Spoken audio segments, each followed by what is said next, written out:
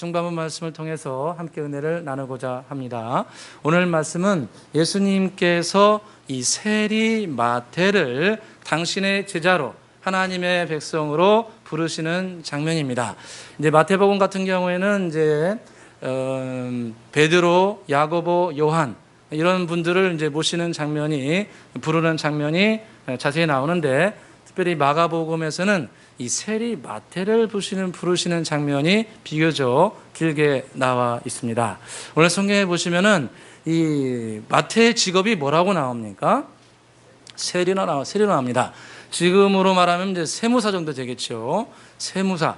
뭐 지금이야 그런 일이 흔치 않지만 2000년 전 이 예수님 당시의 이 사회에서 이 세리는 별로 인정받지 못하고 인정받지 못할 뿐만 아니라 무시와 멸시, 모욕의 대상이 바로 이 세리였습니다. 왜냐하면 그 당시 유대가 로마의 지배를 받고 있었는데 로마에서 이 세금을 일정 부분을 부과하게 되면 그 일정 부분에 플러스 알파를 해서 이 세리들이 동족들에게 부과하고 그 마이너스 된 부분을 자기들이 착복을 했습니다.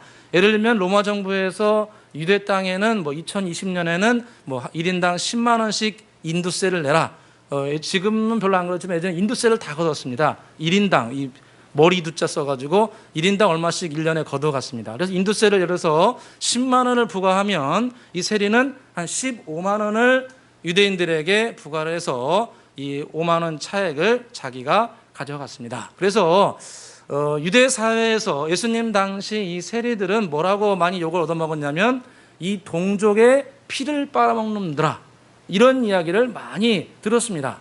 그러니까 이 세리라는 직업을 본인이 선택한다는 것은 이런 무시와 멸시를 감수하고라도 나는 이 어려운 시대를 요거라도 하면서 내가 좀 부귀영화를 누려봐야겠다, 이렇게 결단한 사람이 아니고는 이 직업을 택하는 게 쉬운 일이 아닙니다.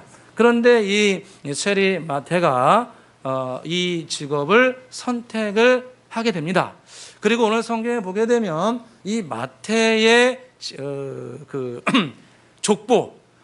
족보가 이분이 레위 계통의 사람이었다는 것을 묵시적으로 말씀을 합니다. 우리 같이 한번 14절 전반절만 같이 한번 읽어보겠습니다. 14절입니다. 또 지나가시다가 알페의 아들 레위가 세간에 앉은 것을 보시고, 거기까지 보겠습니다. 이 마태를 소개하면서 그가 레위라고 말을 합니다. 알페의 아들 레위였다.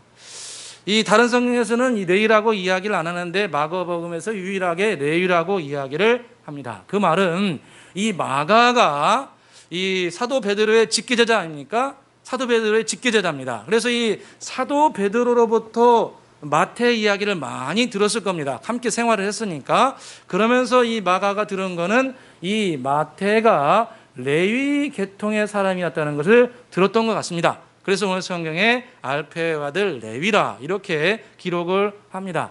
여러분, 구약 성경에 보면 레위 지파가 주로 한 일이 뭡니까? 제사장이었죠. 제사장. 그래서 이 제사장 계열이었죠. 근데 다 제사장은 아니고 레위 계통이 주로 하는 것은 성전의 기물들, 이런 마이크, 이런 거 피아노, 이런 거 다 관리하는 일들을 했습니다. 그리고 그 중에 일부 아론 제사장 계열만 이제 하나님의 예배를 주관을 했지요. 그래서 대부분의 사람들은 예배를 섬기는 자리, 예배를 돕는 자리, 그런 일들을 많이 했습니다. 그래서 이것은 이 하나님께로부터 받은 영원한 직분이었습니다. 그래서 이 직분을 가지고 레위 지파 사람들이 일평생 하나님을 섬기고 하나님의 교회를 섬기도록 부름받은 사람들입니다. 그런데 이 레위 지파 사람인 이 마태가 지금 무슨 일을 하고 있는 겁니까? 세리 일을 하고 있는 겁니다. 동족들에게 무시와 멸시를 당하고 동족의 피를 빨아먹는 사람이라고 이렇게 모욕찬 말을 들으면서까지 이 먹고 살기 위해서, 그 당시에 그 로마의 지배를 받고 있으니까 이 지배받는 사회에서 좀 더 여유롭게, 좀 더 편하게, 좀 더 안정감 있게 살아가도록 하기 위해서 이 마태가 레위 사람임에도 불구하고 이런 세리의 일을 하게 됩니다. 그러니까 이 세리 마태가 마음이 얼마나 괴로웠겠습니까? 본인은 뭐 지금 이 일이 하고 싶어서 하는 겁니까? 목구멍이 포도청이니까 자녀들을 위해서 어쩔 수 없이 일을 하고 동족들이 손가락질하는 것을 다 감수하면서까지 지금 이 일을 하고 있는 거예요. 뭐 기뻐서 하는 게 아니고 뭐 인생의 의미를 발견했기 때문에 일을 하는 것이 아니고 그저 먹고 살기 위해서, 그저 하루하루 좀 더 편하게 살기 위해서 이런 일을 하니까 마음이 굉장히 무겁고 힘들고, 그거 주판 튕기면서 몇 원 계산하면서 마음이 힘들었을 거예요. 띵띵, 내가 이걸 왜 하나? 이런 생각을 문득문득 그에게 했을 겁니다. 내 삶에 정말 길이 내가 제대로 걸어가고 있는가? 내가 지금 제대로 가고 있는가? 이런 생각을 아마 이 세리마태가 했을 겁니다. 나름대로 방황하면서 그러나 어쩔 수 없이 이 세리의 일을 하고 있던 그 레위 마태에게 예수님이 찾아오신 겁니다. 삶의 진정한 의미를 모르고 방황을 하고 좀 더 의미 있게 살려고 하지만 제대로 또 이루어가지도 못하는 이 상황에서 방황하는 레위를 주님께서 찾아오셔서 그에게 말씀하십니다. 다른 어떤 말씀도 하시지 않고 주님이 그에게 첫 번째로 하신 말씀은 나를 따라오너라. 할렐루야. 참 이 말씀을 보게 되면 주님은 뭐 여러 가지 말씀을 하시지 않습니다. 핵심적인 말씀을 합니다. 나를 따라오너라. 야, 너 힘들겠지? 야, 너 정말 힘든 상황 가운데 처해 있구나. 물론 이런 위로도 때론 힘이 되지만 결정타, 9회 말 투아웃에서 한 번에 끝내는 결정타는 뭡니까? 나를 따라오너라. 나를 따라오너라. 예수님을 따라가야 우리의 삶은 의미가 있습니다. 예수 그리스도를 따라갈 때 우리의 삶이 참된 의미가 있고 참된 열매가 있고 나에게도 기쁨이 있고 우리의 가정과 후손과 교회가 견고하게 세워지는 겁니다. 이 세상에 있는 어떤 사람이 나를 따라오너라, 미친놈이 아니고서는, 이단이 아니고서는 어떻게 그런 말을 함부로 할 수 있겠습니까? 아무리 대통령이고 아무리 장군이어도 그 전쟁의 짧은 순간, 경제의 위기가 있는 짧은 순간, 그 순간에만 나를 믿고 따릅시오, 이렇게 말할 수 있겠지만 모든 인생에 대해서 나를 따라오너라, 이렇게 누가 감히 당당하게 이야기할 수 있겠습니까? 아무도 못합니다. 그런데 예수 그리스도는 모든 인생들에 대해서 나를 따라오너라, 나를 따라오라, 당당하게 말씀하실 수 있었습니다. 왜 그렇습니까? 예수님이 우리의 그 이유를 말씀하셨습니다. 요한복음 14장 6절에 내가 곧 길이요 진리요 생명이니 나로 말미암지 않고는 아버지께로 올 자가 없느니라. 내가 인생의 유일한 길이 되고 내가 유일한 진리가 되고 내가 유일한 생명이 되기 때문에 나를 따라와야만 너희들은 살 수 있다, 이렇게 당당하게 말씀하신 겁니다. 여러분, 길이라는 게 뭡니까? 길. 성경에서 말하는 길은 하나님 만나는 길입니다. 성부 하나님을 만나는 유일한 길은 예수 그리스도 외에는 없습니다. 예수 그리스도만이 우리의 진정한 아버지가 되신 성부 하나님께 나아갈 수 있는 유일한 길이 되십니다. 뭐 마호메트, 뭐 부처, 뭐 이런 걸 통해서 삶의 의미를 깨달을 수 있다? 다 거짓말입니다. 오직 예수 그리스도만이 유일한 길이 되십니다. 그리고 예수님은 길 자체입니다. 길이 없는 곳에도 길을 만들 수 있는 분이 예수십니다. 예수를 따라가면 길이 열립니다. 예수님은 길을 다 만들어 놓고 우리를 인도해 주지 않습니다. 예수님을 따라가다 보면 길이 생깁니다. 오늘 주일학교 학생들하고 예배 잠깐 드렸는데요. 제가 우리 주일학교 학생들에게 한마디 했습니다. 꼭 좋은 대학 가려고 하지 마라. 아멘. 좋은 데 가면 좋지만 예수를 따라가라. 예수가 길이다. 네 재능과 은사를 따라서 기도하면서 예수님의 인도를 받아라. 그게 인생의 성공이다. 잘했습니까? 예수님이 길입니다. 예수님은 없는 곳에도 길을 만드시고, 오늘 우리가 염려들 있지 않습니까? 광야에 길을 내시고, 사망에 뭐를 냅니까? 강을 내시고. 다 외웠죠? 광야에 뭐를 냅니까? 길을 내시고, 사막에 강을 내시는 분이 주 여호와 하나님, 우리 주 예수 그리스도이십니다. 예수님 우리의 길이 되세요. 그래서 예수님을 따라가다 보면 없는 곳에도 길이 생깁니다. 진리는 무엇입니까? 내가 곧 길이요 진리라고 말씀하셨는데, 진리는 저는 한자 말대로 그대로 따라갑니다. 한자의 의미를 저는 좋아합니다. 진리는 참된 이치입니다. 참된 이치. 예수님은 우리에게 참된 이치를 가르쳐 주십니다. 하나님을 어떻게 섬겨야 하는가 이치를 가르쳐 주십니다. 내 삶을 어떻게 세워야 되는가 이치를 가르쳐 주십니다. 내 가정을 어떻게 세워야 되는가 이치를 가르쳐 주십니다. 내 후손들을 어떻게 세워야 되는가 주의 말씀을 통해서 교육의 가치, 교육의 길을 주님께서 가르쳐 주십니다. 그래서 주님만이 우리에게 참된 이치를 가르쳐 주십니다. 주님이 주시는 참된 진리를, 가치를 따라갈 때 우리의 삶이 세워지고, 우리의 가정이 세워지고, 우리의 후손들이 견고하게 세워지게 될 줄로 믿습니다. 마지막으로 주님께서 우리에게 하신 말씀은 나는 생명이다 말씀하셨습니다. 예수님은 생명이십니다. 여러분, 요즘에 이 코로나 때문에 생명이라는 걸 제대로 찾아보기 힘듭니다. 오늘 자꾸 주일학교 얘기해서 죄송합니다. 주일학교 오늘 대표 기도하고 헌금 기도하라니까 다 기도하는 것이 코로나가 빨리 끝나게 해주세요. 힘들어요.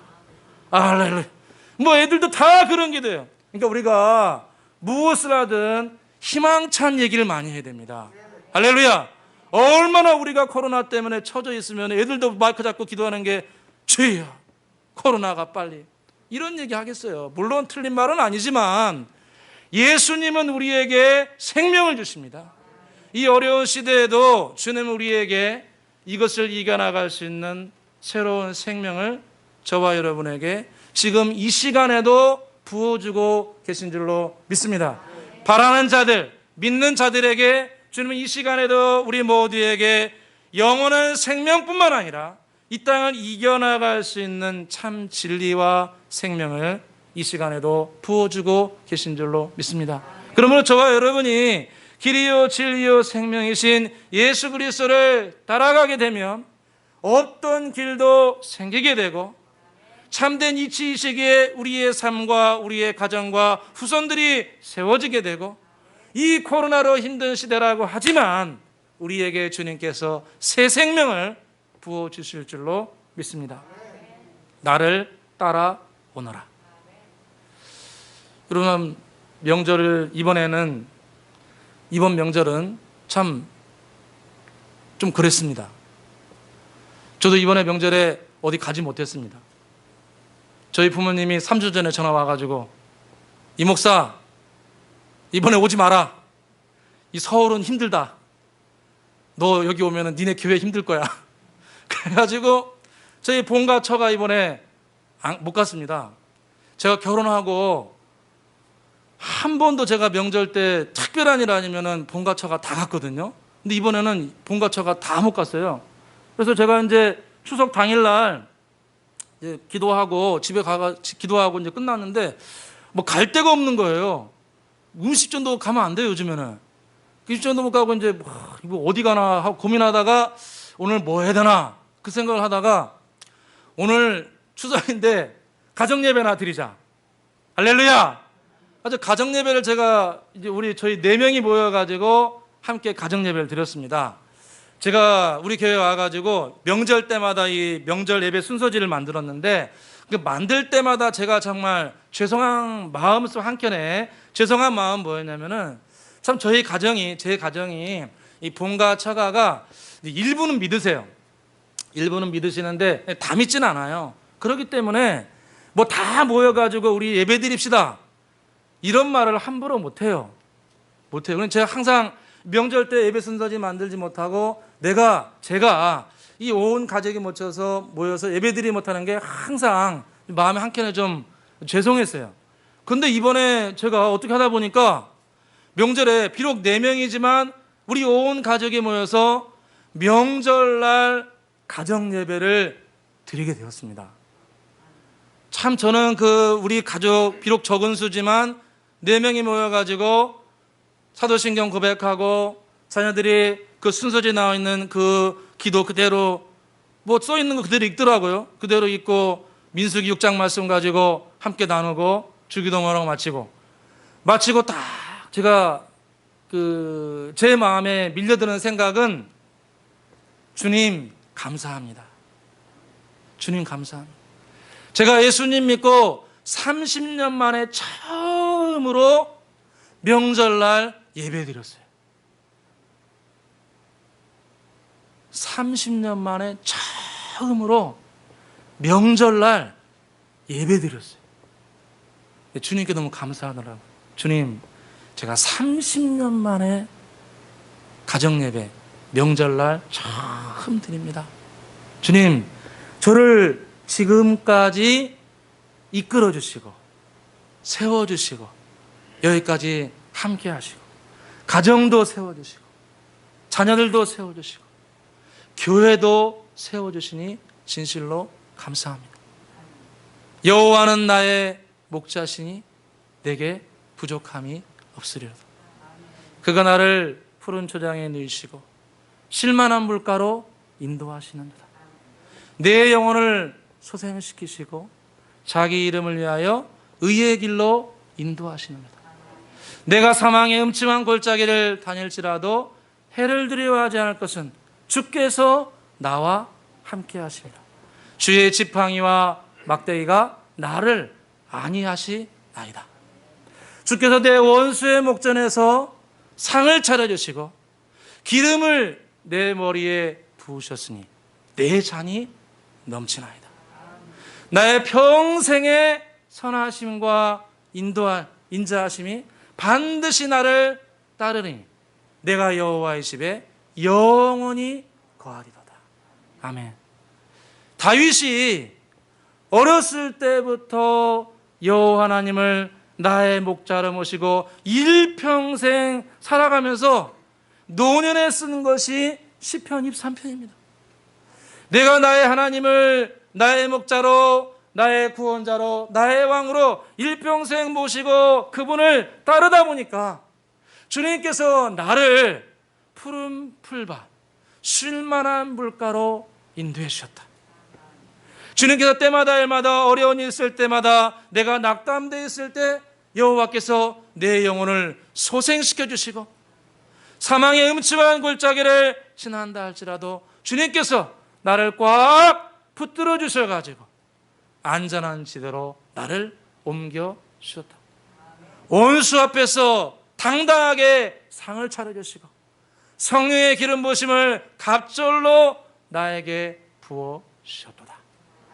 사도 이 다윗이 고백한 것이 우리의 신앙 고백이 될 줄로 믿습니다. 여러분, 사망의 음침한 골짜기를 지난다 할지라도 예수 그리스도를 따르시기를 주의 이름으로 축원합니다. 힘들지만 즉시 따라가려고 해야 합니다. 오늘 세리 마타가 주님께서 나를 따라오너라. 그러니까 그 바로 다음 반응이 뭡니까? 바로 따라가니라. 오늘 14절을 보시면 나를 따르라 하시니 어떻게 합니까? 일어나 따르니라. 여러분, 나이키 광고 중에 유명한 거 있습니다. 영어로 한 건데 Just do it. 우리 한번 따라서 해볼까요? Just do it. 한번 이렇게 손 한번 들어보세요. 잠도 깰 겸. 이렇게 좋은 사람이 많죠? 딱 따라가죠.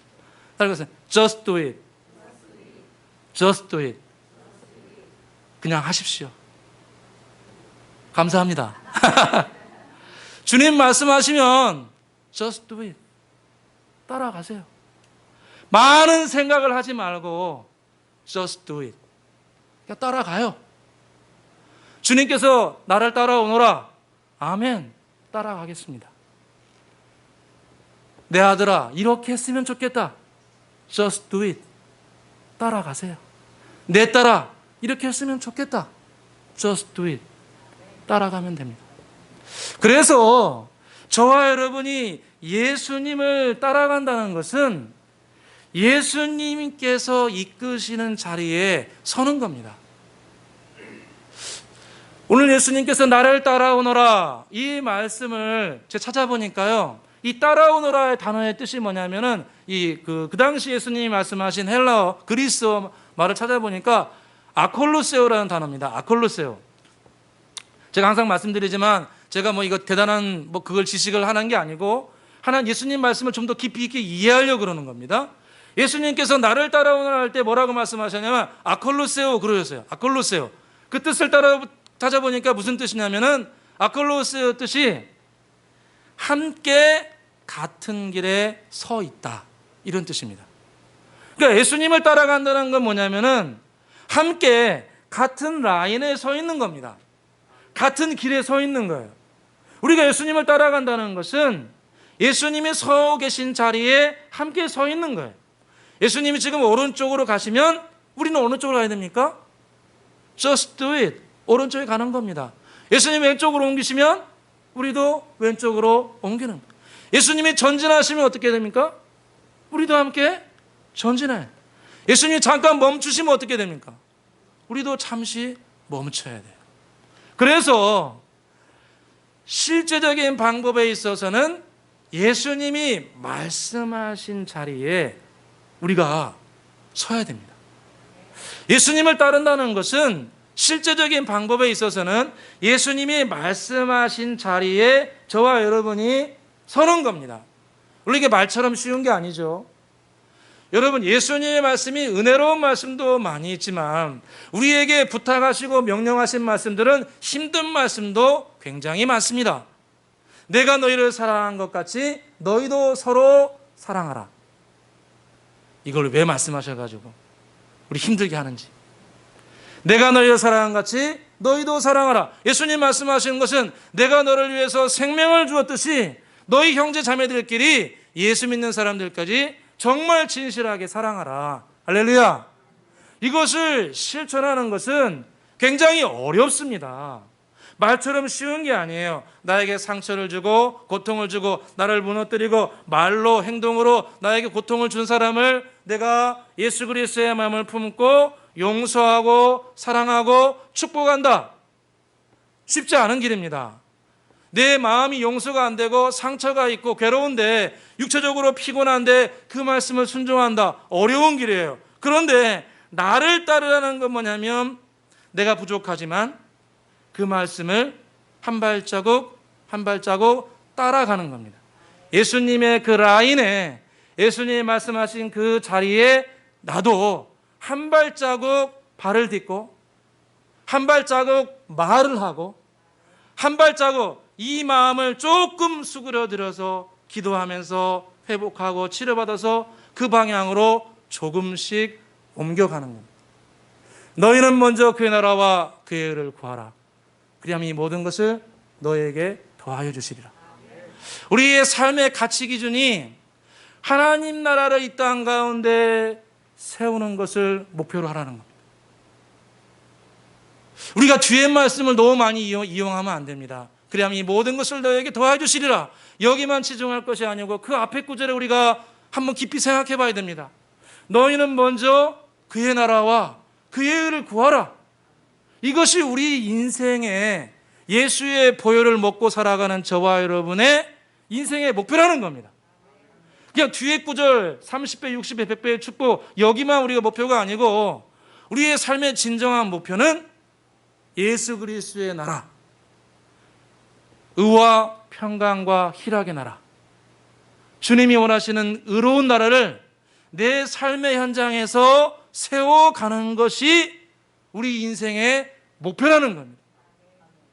그래서 내 삶의 재능과 은사와 능력과 나의 직업의 모든 가치 기준이 하나님 나라를 이 땅 가운데 세워가는 것이 우리의 진정한 목표가 되어야 된다. 이걸 주님께서 우리에게 말씀하시는 겁니다. 여러분, 시험 드는 사람 없기를 바랍니다. 내 시간 남고 돈이 쓸 데가 없고 갈 곳이 없어가지고 교회를 돕고 섬기고 조금 한다? 회개해야 됩니다. 하다가 할 일 없으니까 교회 와서 봉사한다? 돈이 남고 남아서 교회에서 헌금한다? 찌끄레기 시간, 찌끄레기 돈 가져와가지고 주님의 교회를 섬긴다? 앞으로 그렇게 하면 이 향후 시대를 이겨나가기 힘들 겁니다. 우리 모든 주의 백성들이 이제 삶의 가치 기준이 예수 그리스도의 나라를 내 삶의 현장에서 세워가는 것이 우리의 목표가 되어야 됩니다. 진정한 가치 기준이 되어야 됩니다. 그것이 될 때 주님은 우리를 아름답게, 지금도 사용하지만 더 요긴하게 사용하게 될 줄로 믿습니다. 이런 가치 기준에 비록 안전하지 않지만 내가 한 발자국 한 발자국 맞춰가는 겁니다. 내가 항상 먼저 그의 나라와 그의 의를 구할 수는 없지만 내 가치 기준을 아콜로세우, 주님이 말씀하신 그 자리에 좀 완전하진 않지만 조금씩 맞춰가는 모습, 이것이 바로 예수 그리스도를 따르는 주의 백성들의 모습이라는 겁니다. 구약 성경에 보니까 아마샤라는 왕이 나옵니다. 이 아마샤라는 왕이 나오는데 이 아마샤의 아버지가 누구냐면은 요아스라는 왕입니다. 요아스라는 왕인데 이 요아스 왕이 마지막에 실정을 해가지고 이 반역자들에게 암살을 당합니다. 가지고 이 사람이 암살을 당해가지고 아마샤 아버지 요아스가 죽습니다.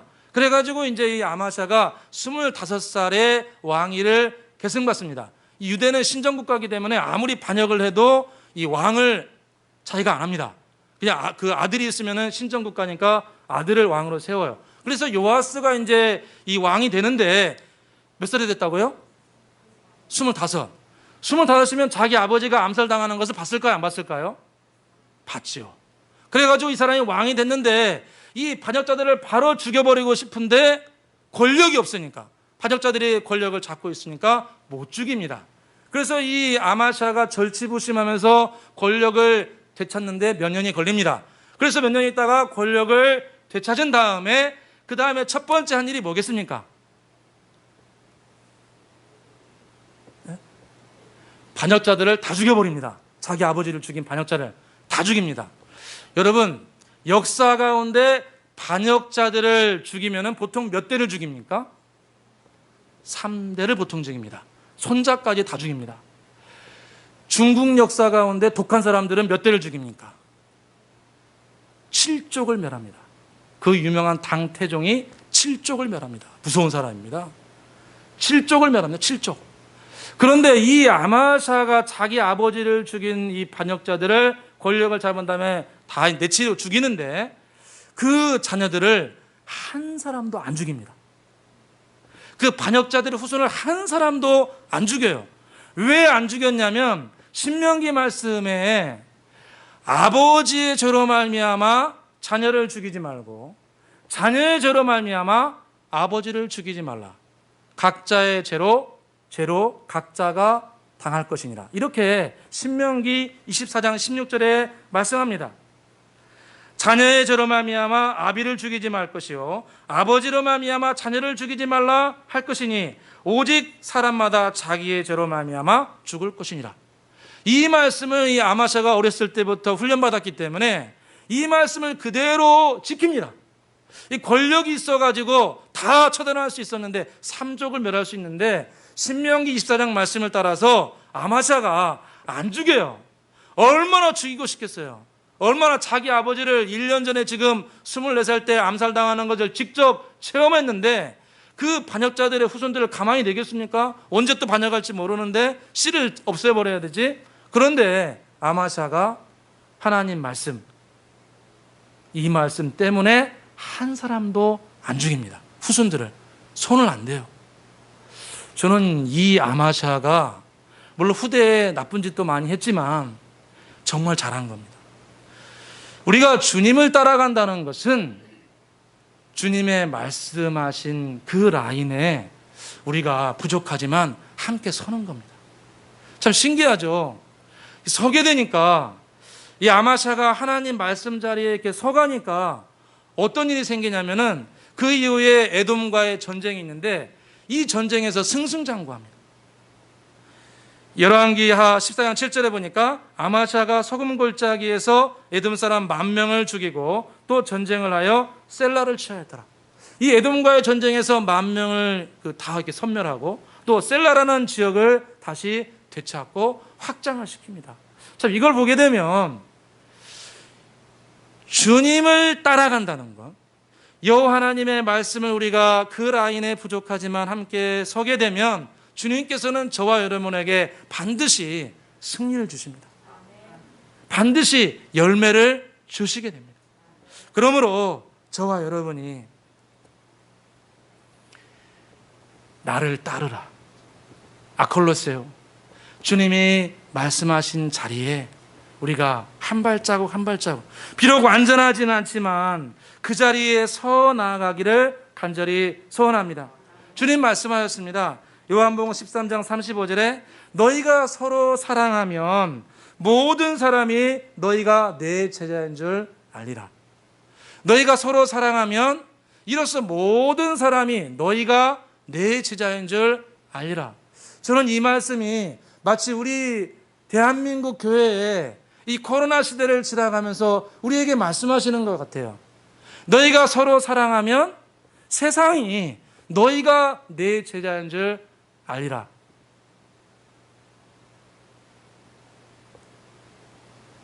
우리가 빛을 따라가면 세상이 우리가 빛인지 압니다. 나 빛이야. 빛한데 왜 이렇게 뭐라고 해? 내가 막 말해서 인정받는 것도 있겠지만 내가 서로 예수의 사랑으로 우리가 진정으로 서로를 사랑하면 주님 말씀하시기를 너희가 서로 사랑하면 세상이 너희가 내 제자인 것을 알 것이라. 우리가 주님을 따라가야 됩니다. 주님을 따라가는 것이 기반이 되어야 됩니다. 주님 말씀을 따라가는 것이 기반이 될 때 우리 대한민국 교회 또 우리 은혜의 교회가 더욱 이 세상의 빛과 소금의 역할을 감당하게 될 줄로 믿습니다. 기도하겠습니다. 사랑과 은혜가 풍성하신 아버지 하나님, 우리를 주님 따르는 자녀로 불러주시니 진실로 감사합니다. 세상에는 헛된 것을 따르라고 말하는 사람도 많지만 주님은 길이요 진리요 생명이시에 우리가 영원히 따라야 할 분임을 고백합니다. 때로 사망의 음침한 골짜기를 지날지라도 주님께서 함께 계심을 믿고 주님께 온전히 맡기며 따르겠습니다.